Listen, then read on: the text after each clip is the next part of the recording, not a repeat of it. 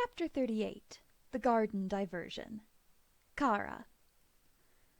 Winter is unyielding in its approach. The air is getting colder, the days are getting shorter, and I've put off prepping the garden for long enough. The cold snap that set in last night has made it cold enough to start wearing a thicker outer layer. Makes me nervous enough that I pull out some thick woolen socks and gloves for Blue. Blue takes my dressing docilely enough, firmly hiding his nerves behind obedience. He won't meet my eyes, and I feel like we've fallen back weeks in our relationship. I have hope that it's just nerves. It's probably just some lingering embarrassment from last night. That at least is understandable, and much easier to work with than if I've actually harmed something irreparable between us. I suppose I'd be embarrassed too if I woke up grinding on the person I was sleeping next to. Then again, my take on the situation wouldn't be the same anyway. As much as Blue has offered up sex in the past, reiterating his training and practice as assets, he doesn't seem to have a grip on the process as I'm familiar with it. Though I guess that would be the crux of the issue. Blue is more used to being a toy than being in an actual relationship. He's familiar with receiving anything his owner throws at him, but nothing more nuanced than that. He'd panicked last night, convinced that when I said I wouldn't accept a safe word for a day, the same restriction didn't apply for sex. He'd been deathly certain I was going to fuck him. Hurt him, at least for waking me up, or something equally as stupid. It had taken so long just to calm him down, let his eyes refocus, get him to remember where he was and who he was with. Despite the insanity of the night, the drug coursing through his system ensured that he remained frustratingly hard. He'd been horrified by the idea that he could take his pleasure into his own hands, literally, separate from me. Horrified to the point that I had to calm another series of shrieked promises, full-body shaking, and morbid pleas. I'd like to think what came next was good for Blue. In the moment, I think I justified it as the only way to put Blue to sleep with no adverse reactions. There was no way his body could handle the high-strain emotions for long. Definitely not after an orgasm. The haziness of the night made it easier, too. In the moment, there were no coherent actions, just my hand disappearing under the band, keeping Blue's pants up, a mess of jerky hips, and in the end, when Blue'd been spent and half dead to the world, rumbly purrs from the time I cleaned him up to the point he dropped off into unconsciousness. At least, that's all it was. Now morning's light is casting all sorts of unflattering shadows on our actions. There's a deep-rooted anxiety that's clawing away at the back of my mind as well. I'm just hiding it better. I don't want to say anything and ruin the tentative peace we have, even though I know it's a lost cause. I doubt I can outweigh Blue's trained fears, but I'm hoping that I can at least discredit them a little before we actually have to sit down and talk like adults about this. I don't like that Blue has trouble accepting his own pleasure, especially the reluctance to take when he knew I wouldn't be receiving. Blue's treating it like a rule he's broken. At least that's how I'm interpreting his skittishness. As much as I want to talk about what happened last night, as much as I want to apologize for what I did without direct consent, I don't know how to bring it up without Blue melting down. He seemed to think it was wrong for him to find release if it wasn't while he was serving me. Maybe it's just wishful thinking that he'll take my lack of attention to the subject as an indication that it's permissible behavior. But either way, it's better than a panic attack before we make it to noon. Besides, if all goes well today, I'll be able to distract both of us. I've been putting off fixing the garden for a long time now, but I can't think of a better way to clear my mind than with elbow grease outside. If nothing else, Blue will be distracted. Blue reacts to my garden with an appropriate amount of awe. I let him take it in on his own. It's strange watching him weave his way between trees, taking in my varieties of herbs with wide eyes. I haven't let anyone into my garden in a long time, and I've certainly never invited anyone to come here. It's all very idyllic, until Blue makes it around the pool and catches the attention of the Almacs. They've been pretty territorial lately. More vocal in their chittering, but allowing me close to spite it. The same leniency doesn't seem to be extended to Blue. They squawk angrily, and Blue backs down before they really have a chance to escalate the situation. This place is very beautiful, Master. I see why you take great pride in it. Blue makes his way back to me, a cautious smile breaking through the hard layers of anxiety within him. Yeah, it's a great place to relax. I hope you'll find it calming, too, though this place is a lot prettier in the spring. I can feel sleep clinging to the back of my throat as I try to put my ideas into words. This is what I'd been hoping for, and I can't help the smile I share in return. The garden was built to be a place of healing. I'm glad that its effects are not limited to just me. Whatever I've said triggers some sort of reaction in Blue. His ears and tail go all fidgety as he looks anywhere but directly at me. I have half a second to kick myself for turning a good moment bad before he's speaking again. We will come out here often, then? He asks, trying and failing to sound disinterested. He at least seems excited, if a little unwilling to let it show. I thank my lucky stars, unwilling to imagine what I'd have to do if he didn't like this space. Yeah, you can come out here whenever you like, really, though I will insist on proper clothing for the weather. I definitely won't be much fun during exam season, and it's probably not healthy to stay in as much as I do. I'd be allowed out on my own? Blue interrupts, puzzled. He immediately ducks his head again, looking bashful, but at least he's not cowering like he used to when he'd interrupt. I mean, yeah. I guess I haven't given it much thought. There's a gate to the front, but I'm fairly certain Blue is content with this place as his own personal paradise.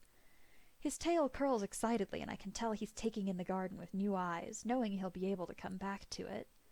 My neighbors wouldn't mind, even if he did go out into the front, though maybe Antony would make a fuss, but he lives so far down that it's a whole other issue if Blue's made it all the way out there. Is that not normal? I ask, a little bluntly. I didn't know that Blue was supposed to be collared, so it wouldn't surprise me to find out that there's some arbitrary rule I'm not privy to. My previous masters haven't allowed such free roaming in their spaces, Blue says absently, bending down to examine a bush that's still in the process of losing its petals. Suddenly something forces his stance rigid again, and he fidgets around, trying desperately not to look at me. That is, I promise I'll be on my best behavior. I won't wreck anything, and I swear I wouldn't try to run. Blue! I call for his attention, and he takes the opportunity to press his lips together as firmly as he can. I can see him spiraling off, but I interrupted before thinking of anything to say. What can I say to that? He's tense again, worried about keeping still and quiet, waiting for my response. Stars, I didn't think he'd be so crazed over the prospect of going outside. Then again, I really should have expected it. In hindsight, Blue hasn't spent much time outside, and he shies away from time spent unsupervised unless it's a direct order. I wonder if it's been dangerous in his experience. If he could get in trouble for something so stupid. I trust you, Blue. You can come out here any time you like, okay? Blue deflates, anxiety draining from his form, lips turning up into a cautious smile. I don't understand how someone could keep him cooped up inside all the time. Isn't that unhealthy? If not physically, then mentally. I know I could go mad without at least some time and space outside. Have gone mad, my brain rushes to correct me. As it turns out, Blue's absolutely horrid with plants. He can't tell herbs from weeds, and it takes 3 reassignments before I realize it's probably best for him to just hand me stuff while I work on the beds.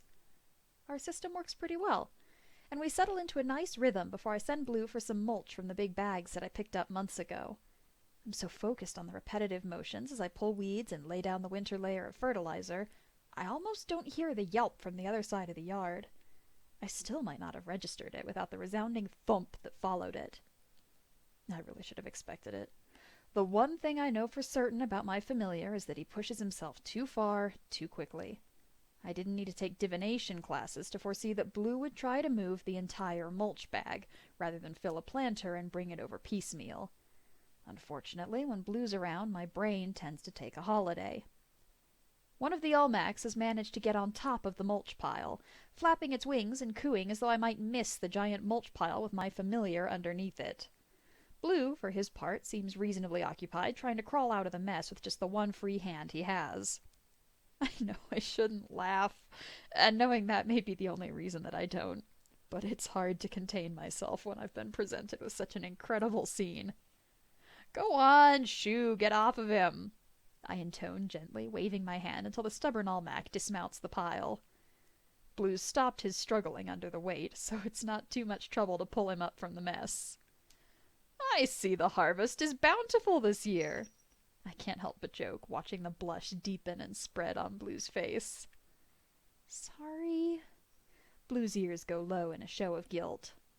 No, Blue, don't be sorry. I just needed a laugh. You're doing fine. I try to reassure him by ruffling his hair gently, pulling a few stray pieces of mulch out as I go. It's easier after that, with just a bucket of mulch at a time. My limbs are pleasantly sore, and I can tell Blue's feeling the strain, too, even though I've deliberately kept him from the more rigorous activities. I can finish up here, Blue. How about you go explore? Just give the Almacs their space, and you'll be good, I suggest as Blue hovers uncertainly at my side. He's brought me more than enough to finish, but I can see the inactivity is resting poorly with him. There's not much of the garden left unexplored, but Blue's enthusiasm obviously doesn't see it that way. It is his first time seeing the place. The allure of newness seems to be enough for him. He gives the Almacs more than enough room, not willing to repeat the experience of getting honked at and chased away. He sticks mostly to the fences, peeking through as much as he dares into the neighbor's yard. By the time I've finished, he's screwed himself up in one corner of the fence with his face pressed up against the slats. For a moment I think he's managed to fall asleep, but when I get closer I see his eyes open. He's just sniffing. Blue? I gently prod. I have no idea what he's doing, but this is some weird behavior. At least, I've never seen him act like a hunting hound. Master, none of your neighbors have familiars, do they? He speaks slowly, cautiously, pulling himself off the fence like it takes some great physical effort.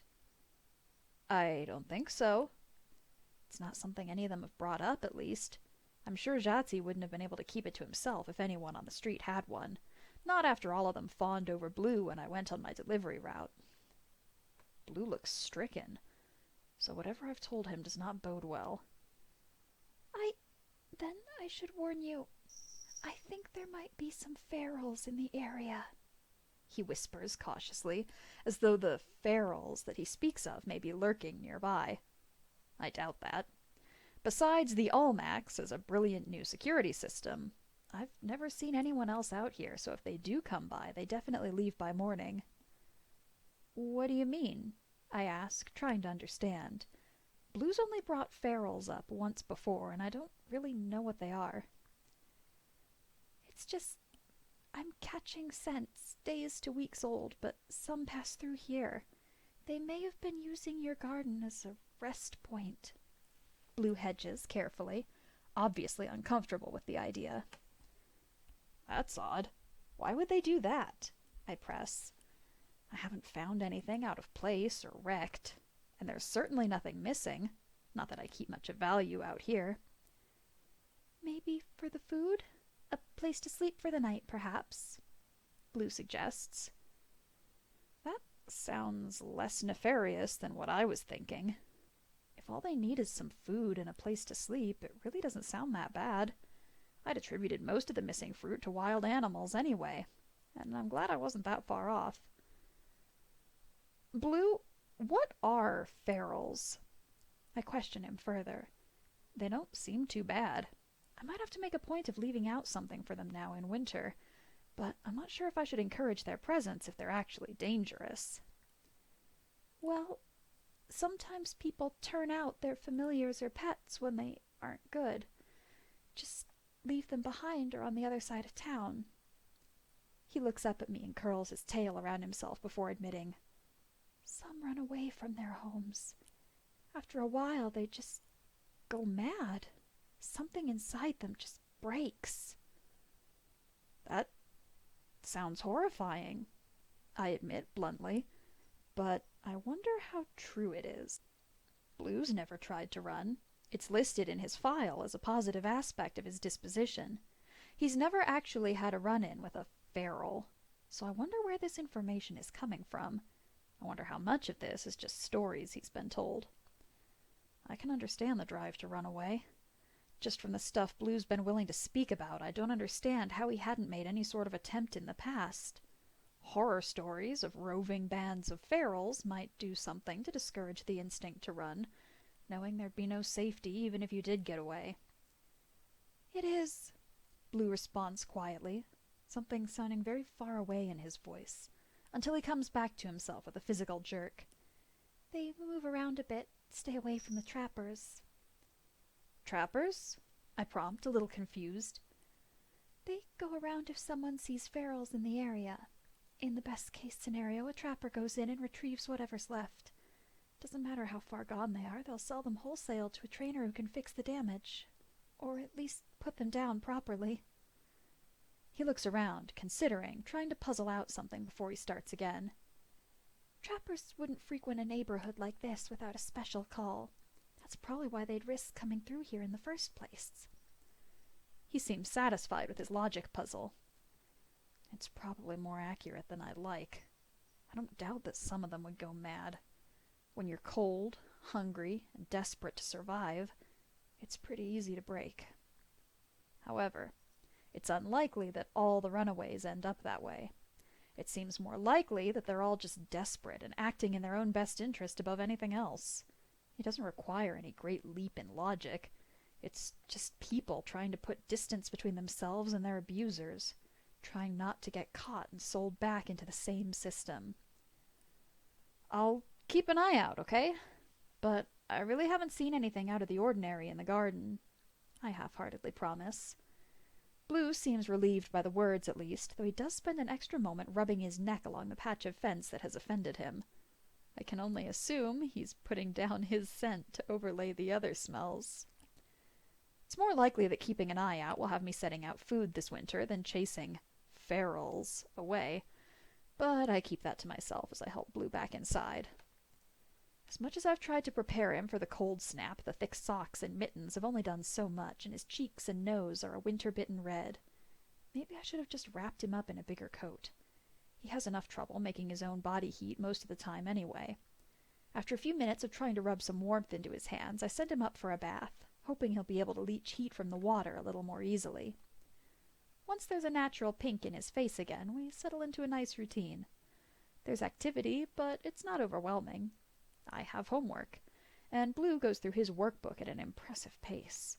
He's driven not only to learn how to read, but also to show off that he's capable. He's making better progress with elemental than he is with written words, but that's to be expected.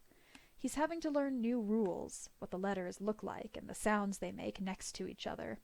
It's more difficult than just translating what he already knows. Blue remains neutral to dinner suggestions, but I've got something I'm pretty sure he'll like on the back burner, so I don't have to force anything out of him tonight. Blue takes his usual seat at the table, but I catch the way he's looking out the window. He does like the garden. I just hope his fears don't keep him from exploring. "I've thought about it," Blue speaks up, and I'm pretty shocked. It's rare that he's actually initiated the conversation, but that doesn't mean I'm less confused by what he's said. "About what?" I press, tossing some garlic into a pan, distracted by the popping and sizzling of the dish. He stays quiet for a few minutes, and I use the time to pull together some ingredients, buying him some time to come up with what he wants to say. He's been getting better at this the past few days. I'm proud he's learning to speak and ask questions without direct prompting. "A safe word," he says eventually, just as I'm reaching out for the cutting board, and I almost trip over my own feet. I'm lucky I don't drop anything. Blue doesn't even have the decency to look ashamed, just a little tense as he remains in the chair. On closer inspection, there's an undeniable light blush spreading across his features, but that doesn't really make me feel better. Right. We needed to have that adult conversation after all.